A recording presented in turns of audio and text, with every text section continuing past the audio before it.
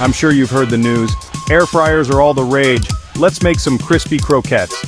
First, gather your ingredients. You'll need 2 cups of mashed potatoes, 1 cup of shredded cheese, your favorite herbs, some salt, pepper, and breadcrumbs. Simple, right? Mix it all together. Combine the mashed potatoes, cheese, herbs, salt, and pepper in a bowl. Give it a good stir until everything's nicely blended. Next, shape your croquettes. Form the mixture into small balls or patties. This helps them cook evenly and get that perfect shape. Time to coat them. Dip each croquette in breadcrumbs. This is where the crispiness magic happens. Preheat your air fryer to 375 degrees Fahrenheit, or about 190 degrees Celsius. Arrange the croquettes in a single layer in the basket. Cook for 15 minutes until they're golden brown and crispy. Once done, let them cool slightly. Then serve them with your favorite dipping sauce. Aioli or marinara works great.